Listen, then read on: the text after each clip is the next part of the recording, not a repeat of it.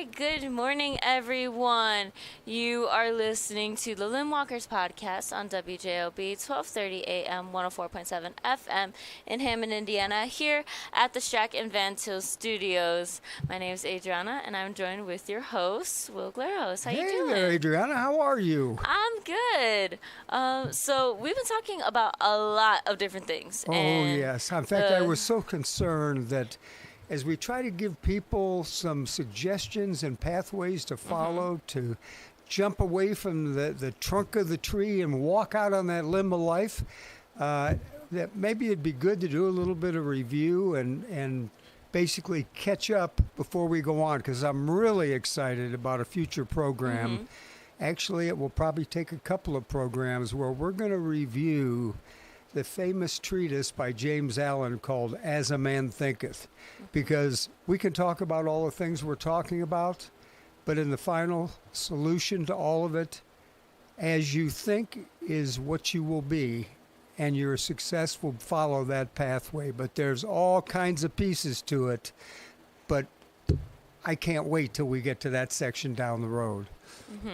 Yeah, so we talked a lot last week about first Newton's cradle and law of compensation, as well as what you put out into the world and what you get back, and then just a bunch of different quotes from a lot of very important people. Right. So first, let's go back a little bit further, and there's 3 different types of people, and we just want to remind our audience of what those are. So there's the nomad, the natural, and the nurtured. So what are those 3 people again? Okay, I mean, a lot of people might say, what's the point in trying to define it? And I'm sure you could find some social psychologists that would say there are many more people than 3. But this is how I rate people and my expectation levels of them. I came down to the 3 N's, as we'll call them. One is the nomad. The nomad's the wild man or wild woman who just kind of takes their own path. They really don't care about direct ways to do anything. They don't set goals. They don't do anything but just kind of live a day at a time. And you could certainly choose to be that, but your opportunities to be great and to get out on that limb, although while you may have the guts to do it because you're a nomad and don't care, you need the tools to go with it to make it work out. The second is the natural. The natural is the person who's almost the exact opposite of the nomad. He just kind of gets it, or she kind of gets it. They are great in sports or in education or in relationships. They just know how to make it happen. The problem is, many times they do that without putting any effort into it or try to improve themselves or become better educated. So the natural can make it, but they can only make it so far unless they're willing to pay the price of adding the education and the time that it takes to become a real expert at something, whether or not it's relationships or business, whatever it may be. The last is the nurtured. The nurtured person is the one who is fortunate enough to have either parents or an advisor or a friend close to them or another family member who will take the time to help nurture that individual on how to learn and how to succeed and how to not quit and how to have discipline and all the keys that it takes to be successful. But it's being nurtured from an outside source.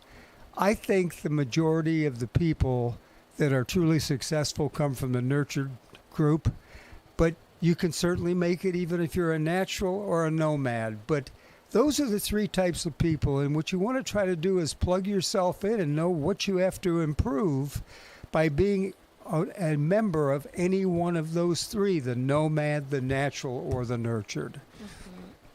And alongside with being one of the 3, and sometimes people can be multiple throughout their lifetime and kind of bounce around between all of them. We look at this as individuals are doing their own life, like walk on the limb. They're adapting the Limbwalkers creed to their own life, because even though, yes, there is just an overall generalization of what it is, there are room for interpretation and to be creative with it and make it your own. So what is the Limbwalkers Creed, and how can people make it so that way they adapt it to their own life? Great question. And I do think that each and every one of us need to have a creed in our life to follow. The Limbwalkers Creed, which we've discussed on previous programs, are 10 statements or avowing things that I want to try to live my life by. That again, I repeat it many times. Everything I'm talking about, most of it is not new, unless it's new because it's something I developed or a different pathway I took that I could hopefully share with you. But the Limbwalkers Creed is individual. You want to find out what makes you do the things you need to do to succeed at whatever your goals are. So as an example, as I do, I feel that I'm a very special and unique person. Why do I think that? Because I know there's only one person in the world that has the genes exactly as mine are. I'm the only person who has walked the path I've walked. So only I know really what I've had to learn, what I've had to shut off as not being important. The Limbwalker Creed is a individualized path you want to take. And you should be finding it and find out what works for you, and then write it down, and then try to better yourself every day in that one aspect of the creed. If you only need 5 indicators to tell you if you're on path or not, pick 5 numbers to your creed, or 10 or 20. Mine is 10. And we've reviewed them in the past. I'm not going to bore you with them again now in the future, because honestly, you should be developing your own creed if you really want to succeed in life. You have to have something to focus on in order to reach it and attain it. Mm-hmm. And we look at that aspect too when it comes into what makes you stand out, and what makes these goals, dreams, and aspirations stand out. And I think that determines how much work somebody puts into what they do, because if you don't have that drive, motivation, if you don't have that dream, that goal, you aren't going to put a lot of time and invest your worth and your hard work and dedication into that, because then if you don't see the vision of what it could be, then you're not going to see the reward that it'll give you at the end. So, one thing that we did talk about was the law of increasing returns plus the law of contrast and compensation. So just remind our audience a little bit on how those all kind of connect. Well, so many of these things are interrelated, because the law of increasing returns, or the law of compensation, goes along with Newton's cradle. And very simply, in Newton's cradle, as we demonstrated with the 5 pinballs, if you pull one back and let it hit the 4 that are left, 1 will go out. If you pull 4 back and let it hit the 1 left, 4 will go out on the end. So for every action, there's an opposite and like reaction. Mm-hmm. What you put into anything in life is what you're going to get out of it. It's pretty simple, just like that. Well, when you relate that to the laws of compensation, you look at it and you say, okay, if I do an honest day's work, I should be paid an honest day's wage, right? Yep, that's the way it's supposed to work. If I do a little bit more, and if I do it and I put more into it, because of Newton, I should get more out of it. So I actually saw a formula for using that combination, and what it says is Q1, quantity of work, plus Q2, quality of work, plus your mental attitude will determine your compensation. So if you work hard, put a lot of time and effort in beyond or just what you're asked to do, and the quality is good, you're going to get paid what your boss or your company has said they're going to pay you. Mm-hmm. But if you want to move it up the ladder of compensation and success, you have to be willing to put more work into it and make it even better in quality, and do it with an even better mental attitude if you want any chance to have the extra benefits that come from that. And the interesting thing is, and I've had this happen a couple of times in my life, I was doing all I could, and guess what? The results didn't come from the people I was either working with or the people I worked for, but it came from someone who noticed what I did that was different, that I put in more time and effort, came in with different and stronger solutions because I looked at it even further than the normal person would. So the quantity of your work and the quality of your work plus your mental attitude defines your compensation. And when you do those things at a higher level, you fall under what they call the law of contrast. And the law of contrast basically means people look at you and compare you with other people. And if they see bigger results and more work and effort than they do out of other people, they're going to give you the first opportunity of anyone.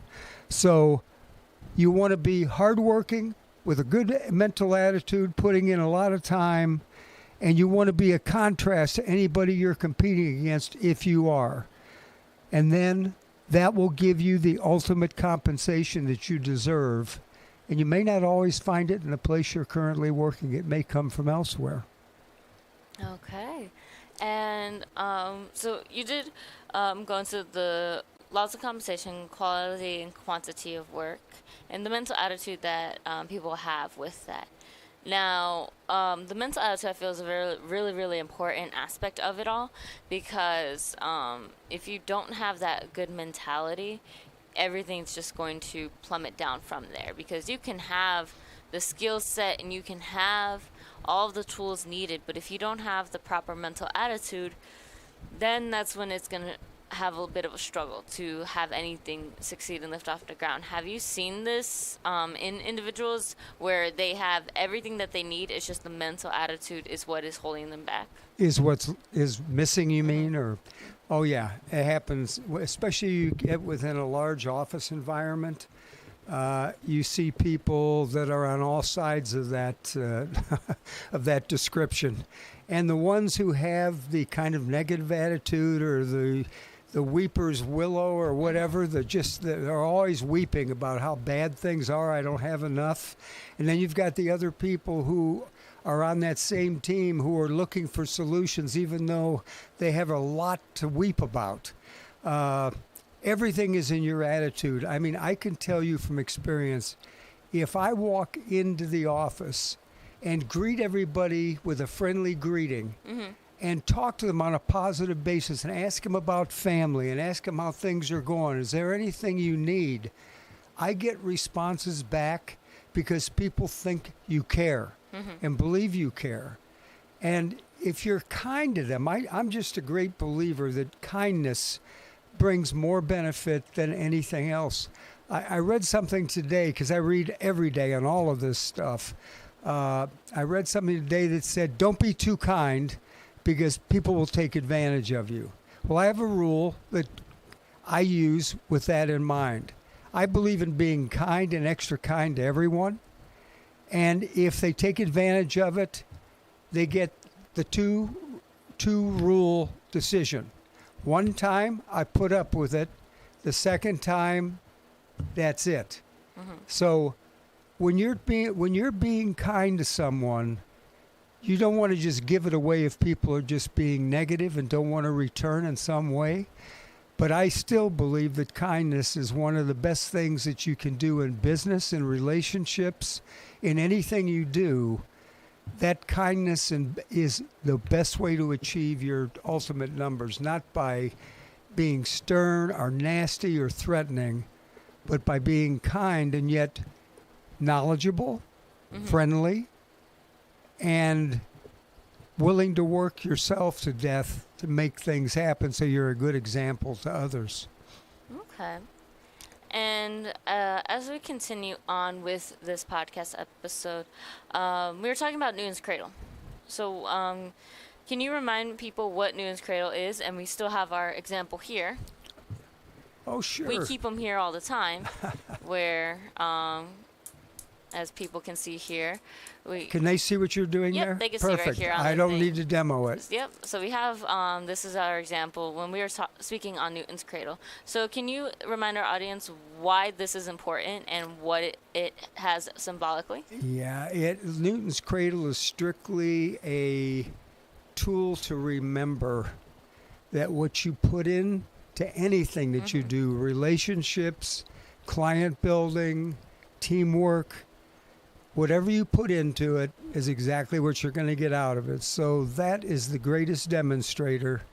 I've actually been using that since 1960, 1973, when I saw a guy by the name of Bob Proctor do an entire demonstration on nothing but Newton's cradle. And it stuck with me to the point that I have always had one in my possession since I saw him speak, and it reminds me every day that I'm not going to get anything out of life unless I put something into it, and a lot of it. And that doesn't mean just junk. It means putting quality into whatever you're doing. So Newton's Cradle, I suggest to all of you, go on Amazon. I buy them in the 20s and 30s because I give them away to kids all the time to remind them of that. Buy one. It's about $9. Put it together, and every day demonstrate those balls to yourself. It will become imprinted on your brain to remind you what you're going to get out of anything is what you put into it. There you go. And lastly, we have the controlled environment and the response to said controlled environment. So we were talking about how a lot of people flourish in chaos and some people flourish in control and organization. Sometimes they cannot adapt and handle those situations if they flipped. And some people fear to go outside of that comfort zone because they know controlled environment, they like controlled environment, they don't want to venture out. So why is this important? Well, I think it's important to identify positive situations you're in or negative, and have a standard that you stick by no matter if it is negative or positive. This is a relatively new study path for me, and I'm trying to find as many writers as I can, but it's on what they call Stoicism, which was branded originally from the philosopher Marcus Aurelius, where he wrote about an entire book of Stoic statements called Meditations. And there's a number of others, Epictetus, I can't even remember them all, but a current day guy that I've been following is a fellow by the name of Ryan Holiday. And if you can get his books, he's got about 6 of them. You can buy all 6 from Amazon for about $80. And they are just full of daily reminders of ways to live your life, things to do to get the most out of your life, how to take change, which is disruptive even if it's good, how to take change and put a level playing field on it so it doesn't disrupt you. Yeah. You just know that through your beliefs and your goals in life, how you know you should respond to that change. When people begin to know that you stoically think about things, that you're not just panicking when someone throws something different at you, what they'll do, the Stoic, is they'll take their philosophy and they will live it according to that event, whatever it may be. And they've built an entire book of responses based on staying calm. If you can't change it, don't worry about it. If you can change it, study and find the best way to get there to change it. I mean, there's a variety of things you can do with a Stoic mind, but the biggest key is to teach yourself not to panic in life because a change occurs. It is probably one of the biggest mistakes we all make. Something bad happens and we've already imagined out ahead of us 10 days in advance all the bad that's going to happen. You may not make 10 days. You're here today. You're gone at some point. Only the maker of our lives knows when that is. So why are you wasting time worrying about things you probably have no control over? And we have a lot of really great quotes here, and I think one of my favorite ones is you control only what you do and your response to others. And that is by, I believe you pronounce it Epicletus? Socrates. Is that Socrates? Yeah. Oh, Oh, no. Yeah, Socrates. Socrates? Okay. I like that one the best because I feel that can connect to so many different situations and scenarios, because there are some individuals that fear the unknown, that they constantly think of the what if, what if, what if. Yeah. But you, as a person, if you constantly worry about the what if and are in fear of the unknown, then you will never get out of that comfort zone. You will always not only burden your own mind, but then also those around you, because you constantly think this could happen, this could happen, this could happen, this can happen, whereas somebody else could not live in that fear because they look at it as I can't control what other people do around me, but what I can control are my actions, my thoughts, my words, and my attitude towards those who you are in fear of, or the situations that you fear. And I feel that that's really important, and there are some individuals that will overthink that, and there are some individuals that live very carefree. And I feel that it's very yin and yang, because can they coexist? Yeah, because they balance each other out. But is one going to take over on the other? So it's very interesting to think about. Yeah, I think the key is in anything, when you get into a chaotic state, it happens because you're not prepared with the appropriate knowledge or experience to know how to respond or where to go. And I think it's just like in business, people get paralyzed by, should I make this decision to try to grow, to do more? Maybe I do something new. And they're paralyzed because they're afraid of the results. Yeah. Well, that's when you prepare something that is so dynamic. You can't help but be successful. And yes, it may delay your decision making and delay implementation, but being comfortable with where you are is good. And sometimes you just have to take a flying wing at it and go even if you're not comfortable. And all of a sudden, the strangest things can happen, like a really positive return because you've done something that's out of the ordinary. Yeah. You can't be afraid to act because you might fail. Because I will guarantee you, anybody who's ever been a success has already, I think it was Thomas Edison said, I learned how to invent the light bulb in 10,000 tries. That's what life is all about. The problem is people quit before they hit that 10,000th try. And by the way, that try could be number 2 or number 3. So you do it with hopefulness as you make any decision that it's going to work out. You've got to see it. Visualize it, believe it. And in fact, maybe in the next class we'll do the little chart of how you can actually follow having a goal, writing it down, visualizing it, repeating it, and helping it along to success. And it's something anybody can do. None of this stuff is new, guys. It's all been out there for years. I've just had the benefit of 60-some years of being able to study it, read it, and I don't stop studying it ever because it changes constantly. But it's out there for you to make the most of. There we go. So is there any kind of final words for our guests here that are listening and that are kind of retaking in all this information as a kind of a little review course? Yeah, I mean, this is a review course to just saying success in life, whether or not it's in business or relationships or at your employment where you work currently or in any sport you're involved in, is really dependent upon you, on the determination you have, on the desire to learn as much as you can. I mean, it's a personal thing. And when people get afraid of success, it's because they're afraid they'll fail. And guess what? I mean, I can tell you I've had many failures, and I didn't like them. But from all the reading I've done, I realize some of the most famous failures in the world have come back to be some of the best known people in the world. And that, for me, has been an encouragement to keep trying. This is a world of it's all you, baby. And if you're willing to put the time and the effort in and study and learn, anything is possible.